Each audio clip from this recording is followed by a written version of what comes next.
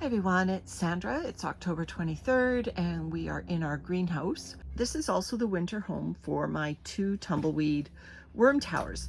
What we've decided to do this year is we have this big half barrel that we grow squash, whatever, in the greenhouse through the summer. And we decided to use it as the bottommost layer to the can of worms. I've been coming out here for the last few days and pulling some worms out, pulling some cocoons out, making sure this barrel was nice and moist, which it was because our greenhouse has irrigation. So what we're going to do right now is we're going to top dress it with some leaves, and then we're going to move the can of worms, bottommost layer, the bottommost tray, to this. So stay tuned. So what we're doing is we're bringing some of our maple leaves that I collected from our patio. So these actually were collected in a bit of a wind storm, so they blew right off the tree. And I don't think slugs or anything had time to get on them. We've had a tiny bit of rain, our first rainfall of any substance since spring. So we've put some rainwater on it. The leaves are not super moist, but then this is now going to be the bottommost layer for the worm, the can of worms. And so we're going to put that layer on, and I will bring you back and we'll see if it fits. So here's the can of worms, lower level going down. Landon, there are worms on the side there, so we'll need to rescue those.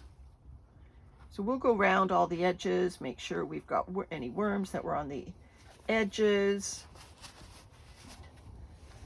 But yeah, that looks good. All right, that was step one. So this will be the winter home for my two stacking tray systems. You can see there's a little bit of a gap between the barrel and the bottom of the can of worms. You can see some of the maple leaves hanging out. So the worms will be able to crawl out and go down the side of the barrel if they so choose. And if they do, they'll probably end up crawling into my fig planter or some of the greens tubs that we've started on the ground here.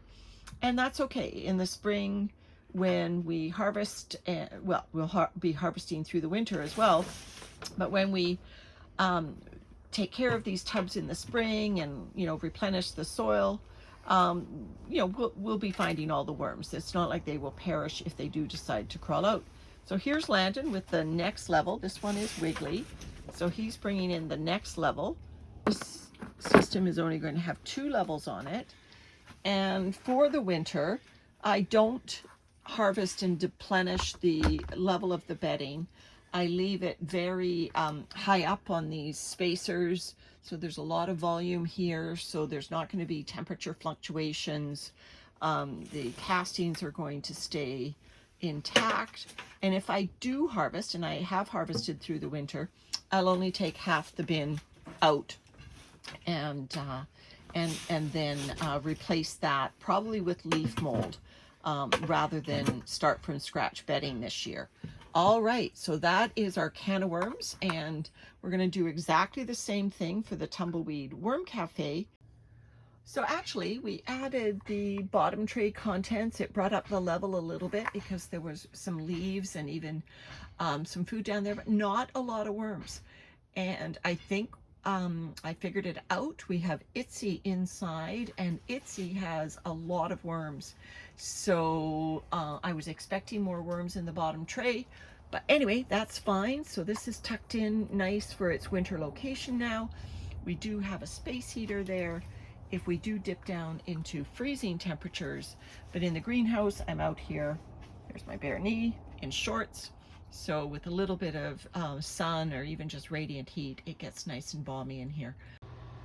So I'm down here with Bitsy, and I just thought I would explain my winter strategies for these worm towers. Bitsy has a lot of worms, and the vermicompost probably should have been harvested a while ago. I just haven't been in this tower system, the bottom layer, and this was at the bottom layer. So what I'm going to do is I'm going to ask Landon to empty some of our semi-processed leaf mold into this side, and this is mostly gone as well. And gone meaning processed, you can just, we're going to be filling right up here, Landon. So if you want to just empty the bucket, go ahead. Not empty, but give it a good shake. So this material still has some leaf looking substance to it, but most of it is finished. And so I'm doing this because I felt the level of bedding was too low for this worm tower to live outside.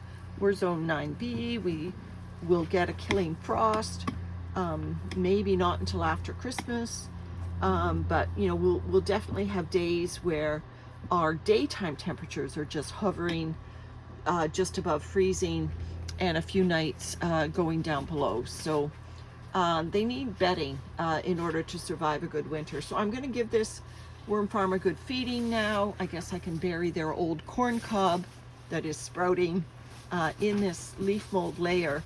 And so I'm going to feed on this side as well, and I'll bring you back and explain what I do. So I've given it a good feeding of our processed food scraps, got the leftover corn. Of course, this leaf mold is food. But you see, this side is the side that's closer to being finished. So I'll put a dusting of worms of this material on top of what I've just filled in. When I come out to look at Bitsy, I'm going to harvest the left-hand side of the bin as I'm looking at it right now, and then leave this side, you know, for a few more months to finish up. So this bin is already set up to do one of my half bin winter harvests. This side will stay longer. This side I will be pulling out. I'm thinking maybe even as little as a month from now, I'll come out on a nice day and do that. So this is Bitsy. Haven't been into this bin for a while. The worms don't look like they've missed me.